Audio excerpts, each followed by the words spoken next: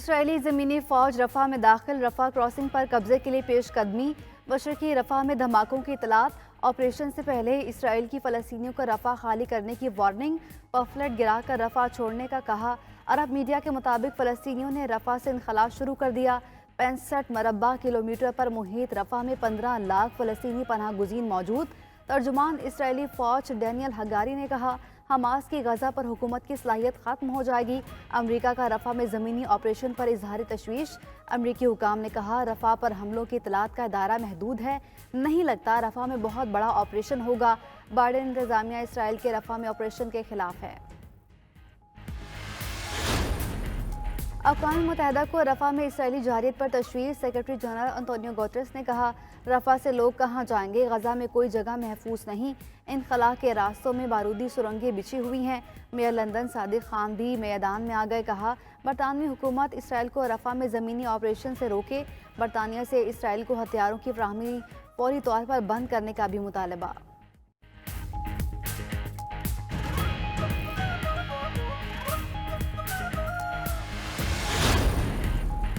Hamas نے غزہ میں امن کا دیا روشن کر دیا۔ فلسطینی جنگجو گروپ نے مصر اور قطر کی جنگ بندی کی تجویز کو قبول کر لیا۔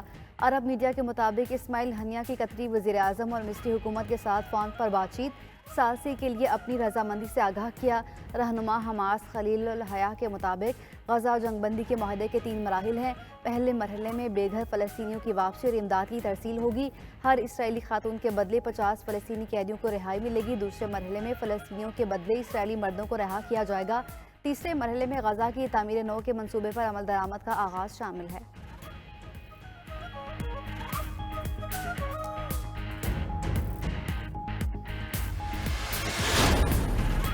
اسرائیل کا جنگ بندی تجاویز کو فوری طور پر قبول کرنے سے انکار۔ اسرائیلی وزیر اعظم آفس کے مطابق حماس کی طرف سے منظور کردہ تجویز اسرائیل کے مطالبات کو پورا نہیں کرتی۔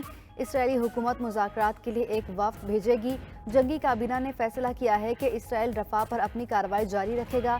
ترجمان امریکی محکمہ خارجہ میتھیو ملر کہتے ہیں، جنگ بندی کے حوالے سے حماس کے رد عمل کا جائزہ لے رہے ہیں۔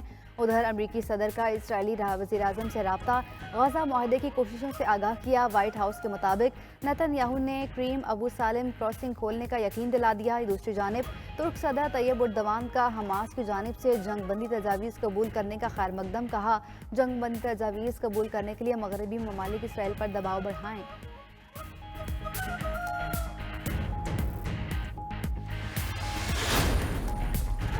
وزیر اعظم شہباز شریف کا سعودی سرمایہ کی راہ میں حائل رکاوٹیں دور کرنے کا اعلان۔ اسلام آباد میں سعودی وفد کے اعزاز میں شائع سے خطاب میں کہا، سعودی سرمایہ کار ایس ایف سی کے ذریعے سرمایہ کاری سے بہترین فائدہ اٹھا سکتے ہیں، انہیں ہر ممکن سہولیات دیں گے۔ وہ وقت دور نہیں جب ہم کمپنیز کی سطح پر معاہدے کریں گے۔ سعودی عرب نے ہر مشکل میں پاکستان کا ساتھ دیا۔ سعودی ولی عہد محمد بن سلمان پاکستان کی ہر سطح پر مدد کرنے کے لیے تیار ہیں۔ وزیر اعظم کا سعودی وفد کا دورہ کامیاب بنانے پر آرمی چیف سے اظہار تشکر۔ کہا، جنرل عاصم منیر نے انتھک محنت سے سعودی سرمایہ کاروں کا دورہ کامیاب بنانے میں کلیدی کردار ادا کیا۔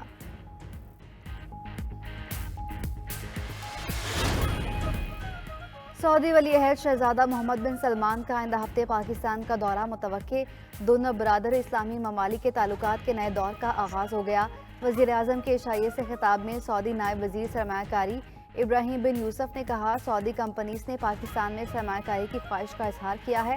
پاکستان کے ساتھ دوستی اور شراکت داری انتہائی اہم ہے۔ شہباز شریف کے دورے کے بعد سعودی وفد کی پاکستان آمد اس بات کا ثبوت ہے۔ شہباز شریف اور محمد بن سلمان کی قیادت میں دونوں ممالک اپنے مقاصد حاصل کر سکتے ہیں۔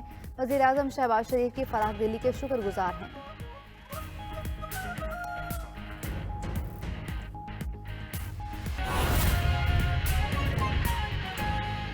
اپوزیشن لیڈر عمر ایوب سمیت پی ٹی آئی رہنماؤں سے امریکی سفیر ڈونلڈ بلوم کی ملاقات۔ عمر ایوب کا کہنا ہے کہ باور کروایا ہے کہ برابری کی سطح پر بات کرنا ہوگی۔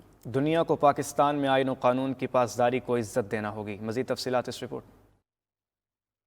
امریکی سفیر ڈونلڈ بلوم کی اپوزیشن چیمبر میں عمر ایوب، بیرسٹر گوہر علی خان، اسد کیسر اور رؤف حسن سے ملاقات۔ ترجمان امریکی سفارت خانے کے مطابق دو طرفہ تعلقات اور مختلف ایشوز پر تفصیلی تبادلہ خیال ہوا۔ اقتصادی اصلاحات، ہیومن رائٹس اور ریجنل سیکیورٹی سمیت مختلف امور پر بات چیت ہوئی۔ اپوزیشن لیڈر عمر ایوب نے میڈیا کو بتایا، امریکی سفیر سے برابری کی سطح پر بات کرنے کا کہا گیا۔ آئین و قانون کی پاسداری ہوگی تو لندن پلان نہیں ہوگا، انجینئرڈ نومئی نہیں ہوگا۔ غیر ملکی سرمایہ کاری تب آئے گی جب آئین و قانون کی پاسداری ہوگی۔ عمر ایوب مزید بولے، آئین و قانون کی بالادستی کے بغیر ملک ترقی نہیں کر سکتا۔ ان کو وزیر اعظم، اسپیکر اور ڈپٹی اسپیکر کا الیکشن دوبارہ کرانا ہوگا۔ یہ بغیر مینڈیٹ کے آئے، ان میں ملک کی استحکام کے لیے فیصلہ کرنے کی ہمت نہیں۔ ان کو یہ الیکشن وزیر اعظم کا، اسپیکر کا، ڈپٹی اسپیکر کا ایک بار پھر کرنا پڑے گا، اور یہ حکومت جو ہے یہ فارم 47 کی بیساکھیوں پہ بنی ہوئی ہے،